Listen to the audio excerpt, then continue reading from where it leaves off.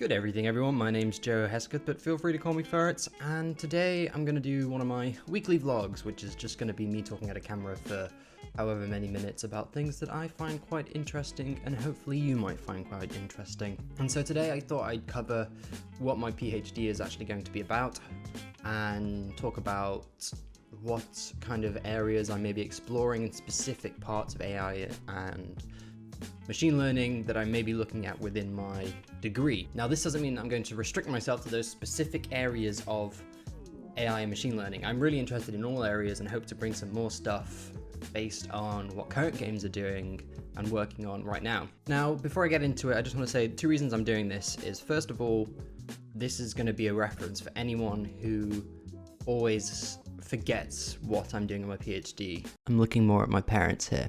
Secondly, this is going to be a very interesting experiment for me to look back at this video in 2, 3, or 4 years' time and wonder whether this was actually what my degree was about, or if the focus of it has completely changed. Let's talk about my degree. The title of it is Adaptive Tutorials for Esports Games, and whilst that's very vague and very broad, I'm kind of looking at more specific areas of adaptive tutorials. So a lot of research nowadays, especially in terms of education games, look at adaptive difficulties for their AIs.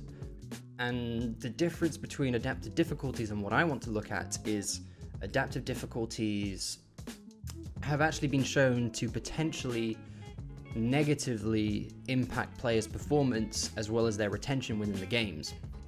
Whereas I want to look at player skills rather than basically the difficulty of the bots, and tailor the AI and tailor the game that you're playing such that you can practice those skills in particular. The model that I'm proposing is made up of a few different sections, the first section of which will be hopefully automatically identifying goals of game modes, as well as specific actions, specific measurable actions that will positively contribute to those goals. So in terms of end goals, these are things like capturing the flag, eliminating the entire team, and things that positively impact those could be killing enemies, or taking areas, or standing in the right places. So the second part of it after that is then to identify and model the skills required to achieve those goals.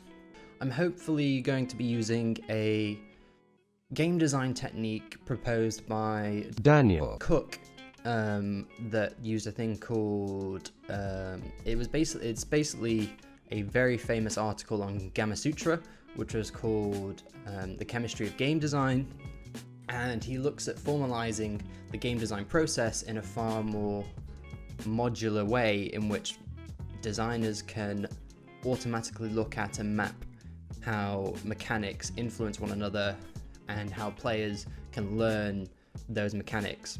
And so I'll put a link at the bottom. It's a really interesting article, and what I want to do through the combination of this chemical design, game design, and my machine learned skills is to build a structure which looks at basically looking at controls from the top of this, at the very top of the structure, so things like button inputs, moving down to more complex skills, tactics, strategies, and everything along those lines. So it could start off with button press, which is jump, or button press, which is movement, and then you move down to, say, in MOBAs you have things like laning and flanking and things like that, and as you go down you kind of learn more. And then the third and final part of this hopeful tutorial structure will look at using the AI and prodding the AI to set up situations and scenarios where the player can practice skills which are shown and measured to be potentially lacking. So the way that we measure the skills or the competencies of skills for these players is using a technique called stealth assessment, for which I'll link a paper if you really want to read it, which uses something called Bayesian inference, which basically updates hypotheses / theories / conclusions based on updates them based on new observations. So in the short of it, I am just going to be looking at some real world values in games, say things like gold collected, positioning, movement, aiming, hits, damage taken, damage given, blah, blah, blah, blah, blah, and use some kind of mathematical equation or formula from which I can then map onto competency levels of specific skills. And then this tutorial will then look at this tree and say, okay, you're doing really well at this, that's really good, but this thing over here you're not doing so good at. So this could be, say, precision shooting. You're really good at precision shooting, but you're not so good at positioning. So we're going to set up the AI such that it will kind of go, it will punish you for not positioning properly, well, not really punish you for not positioning properly, but help you understand positioning better by giving you some contextually informative prompts, and also providing an environment from which those skills would be beneficial for you to use. God, I really hope that made sense. Whew. That's the next 4 years of my life, and so from that I'm now currently researching papers looking at current tutorial techniques in the industry, and potentially interviewing people within the industry, as well as talking to players about their opinions on tutorials and esports games, potentially Rainbow Six probably, maybe even Dota and Counter-Strike Go. But I'm hoping that what I'll produce in the end will be of some use to the industry and some use to research as well. But you never know.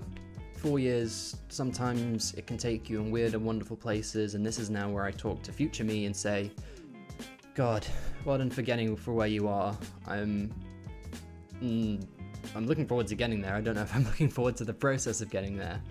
And I'm really excited to see, I'm really excited to see where this takes me and where I'll go with it. Although I imagine like 3 years time, I'll be a very disheveled me looking back upon this video thinking that I was naive and optimistic.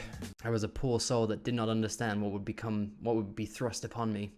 But yeah, if that made sense to you guys, let me know in the comments. Let me know what questions you have for it, and especially in areas around there.